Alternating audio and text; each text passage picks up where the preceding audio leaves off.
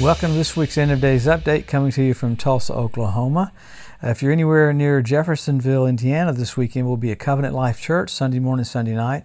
And tonight we'll be interviewed with Pastor Mark Brzee at WOC, their Wednesday night service. That will be the service tonight, so we'll have a great time. We're coming to you every week to look at the different things that point to the coming of the Lord, specifically the gathering of nations for the Ezekiel 38 war. Because the rapture is signless, but the second coming has tons of signs. It's interesting that people say sometimes, well, how can you tell when the Lord's coming back?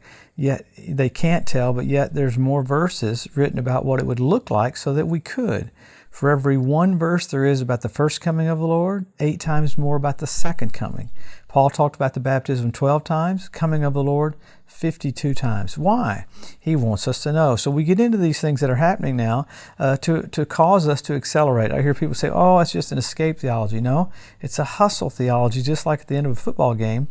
When the quarterback's watching the play clock countdown, he knows he has to get with the program. So we in the church, when we look at these things with Israel, look at what's happening, what the Bible said we'd see just before he comes, it should totally motivate us to go for it. This is it. The amazing thing that we're watching every single week now is like it's getting more and more blatant.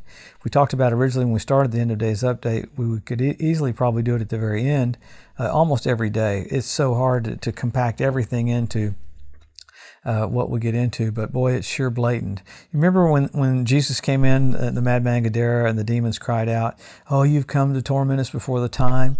See, they knew Jesus was on a schedule, but he was early. So if demons can know the schedule, how much more the church? So why would the Lord want us to know this? Because he loves us. He says, when you see these things, lift up your heads, your redemption draws nigh. So he wants you happy. And in Thessalonians, Paul said, I'm writing this to you about the rapture so you'll be happy and hopeful. So everything about the coming of the Lord is good news. Now for the world, it's the scariest thing there ever will be. But for the church, it's the most wonderful news ever.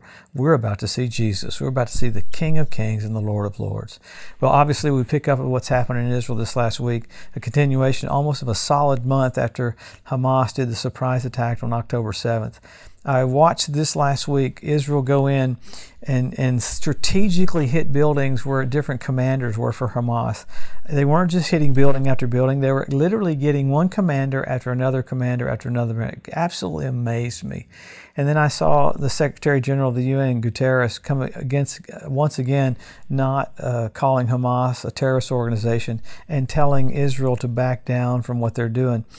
It's interesting, after Pearl Harbor, no one told America to back down. America had to do what America had to do to stay alive. It's gotten that strange that you see different voices calling it different things, and it's like, what? I mean, you even have in Montreal, you had a synagogue get firebombed. We had in our own country, different colleges have huge uprisings the last few weeks, which really shows you the thought pattern of people that they would rather condemn Israel and America rather than Hamas. I do love hearing the Bedouin groups in the northern part of Israel. They're Israelis, but they're Arabs. And they said, we'll come after Hamas. We'll come after you for 50 years. We'll get you. We'll get your children. We'll get your children's children. I was like, man, they don't mess around. So I like that kind of mentality. But with all that you have happening now, you have Iran, one of the leaders of Iran, and Syria, and Hamas, and Hezbollah go to Russia last week and meet with Putin. So that alliance is there, that alliance for the Ezekiel 38 war. And I saw something yesterday showing the alliance again with all of a sudden China and Russia and Iran and Turkey. Pretty amazing seeing that group come together, because those are all huge players, and not just the Ezekiel 38 war, but even the Battle of Armageddon at the very end. You had Erdogan, Turkey's president, say this last week. He labeled Israel as a terrorist organization when he should be labeling Hamas as a terrorist organization. He said, we will call on all of Islam to ascend to the Temple Mount and take the Temple Mount from the Jews. So you have this verbiage coming from them to the point that the EU even rebuked his verbiage. And listen, when the EU is rebuking someone's verbiage, it just shows you how weird they are. So there's all these gatherings of groups coming into Saudi Arabia to try to really talk about a ceasefire. But right now they've got humanitarian efforts coming through the edge of Egypt. You got not really a pause going on, but you got humanitarian aid coming into Gaza. And everybody said, what's going to happen to Gaza? Well, Gaza is going to be ruled by Israel forever. There'll be Palestinians living there, but Israel will never let Hamas come again. This morning, today, the morning of the 8th, you had 30 rockets come from Hezbollah on the north in 1 hour. 1 hour. And that's after this last week. My phone's been going off showing me city after city after city where rockets are firing into Israel. 10,000 rockets firing into Israel. So everything is being positioned for what's going to happen just after the church leaves. So if you see the flawlessness of these nations coming together that the Bible prophesied about 2,700 years ago, how much more we should be waking up. There should be a wake-up call. We should be freaking out. Jesus is just about to come. And then you hear people go, oh, we've been hearing that all of our lives. It's exactly what the Bible said. There'd be scoffers in the last days saying, where is the promise of his coming? For since the fathers fell asleep, all things continue as they were from the beginning of creation. So Peter tried to show us the climate would be people would still be scoffing. When you have all this information showing us how close we are, it's a wake-up call for everyone to be a louder voice for the coming of the Lord. I can't imagine Noah getting up on the ark going, hey, something good's coming. No, he said the bridge is out. So there's so much happening that I don't get into about weather, get it asteroids, floods, there's earthquakes, all that's happening. But we go back to the Word to find out, what does the Word say? It never changes. Israel made a nation in 1948. Jerusalem won back in 1967. Jesus said, the generation that sees those two events will not pass away till all is fulfilled. So that's us. I hear people say, I don't believe that. It doesn't matter. I hear people say, I'm not comfortable with that. It still doesn't matter. It's us. And then he talked about the Hebrew language being restored in our lifetime. Why is that? The Bible says when the Messiah is coming, that would happen. 120 years ago, no one spoke Hebrew. Now they all speak Hebrew. God did that. Then you got the Ethiopian Jews brought out of Ethiopia, 18,000 in one day. Amazing. You have the fertility of the land of Israel. You've got the revival of the Roman Empire. Amazing. You have the Capitol building in Strasbourg, France. It's not similar to the Tower of Babel. It's identical to the Tower of Babel. You should Google it. On the different shows that I've been on this last year, they'll be fact-checking me while they're talking to me, and they'll go, oh, wow, it is just like the Tower of Babel. Duh, that's exactly right. Why would I lie about that? So you have all those different events. You got fish showing up in the Dead Sea. You had foxes show up on the Temple Mount. You had the Dead Sea turn blood red last fall, where Sodom and Gomorrah was. It happened on the Day of Atonement. That's pretty radical. You have the ritual baths around the Temple Mount fill up with water.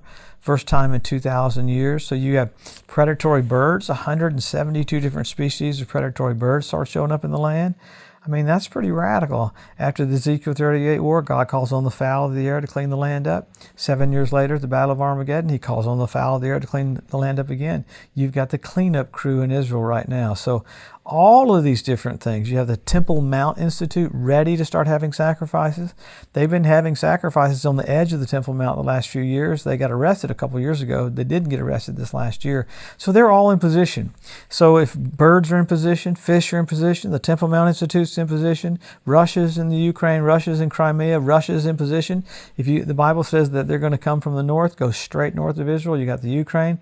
All these different groups are in position. What's the church doing? Is it really the coming of the Lord? Yes, this is it. It's amazing. Some things can be so low-key and some things can be so blatant, but you have all of it happening right now. So many, many more signs. Men will be lovers themselves. We have selfie sticks. You have Yitzhak Gaduri, a rabbi, having a vision. Jesus appeared to him. He gets saved. Prophesied that just before the coming of the Lord, Israel will be ruled by two Benjamins. Benjamin Gantz and Benjamin Netanyahu 2 years ago jointly ruled. Amazing. But then you go from signs to signals. You had blood red moons on Passover and Tabernacles a few years ago. Pretty radical. And NASA calls that a tetrad. When's the last time you had 4 blood red moons in a row on Passover and Tabernacles? 1967 when Jerusalem was won back. 1948 when Israel was made a nation.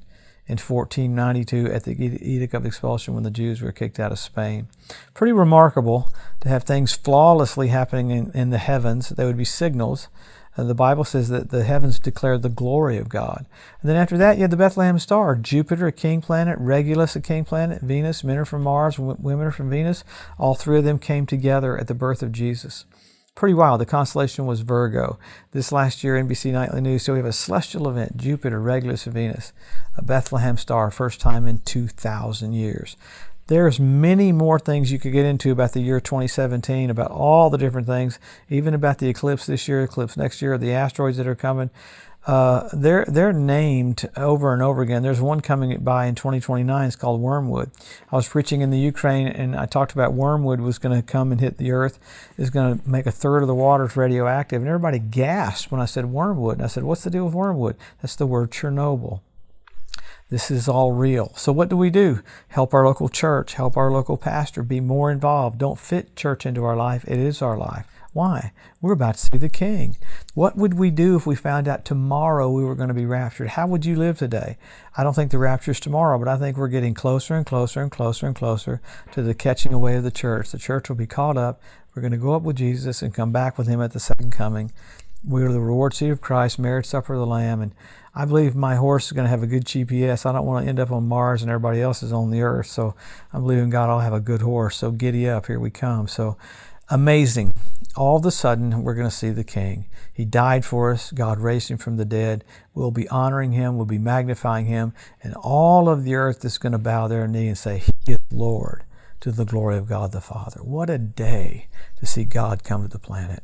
Man, have a great week. We'll come back next week and see what's happening with China, with North Korea, all these other nations that are literally getting in position for the coming of the Lord. Have a blessed week. We'll see you next Wednesday.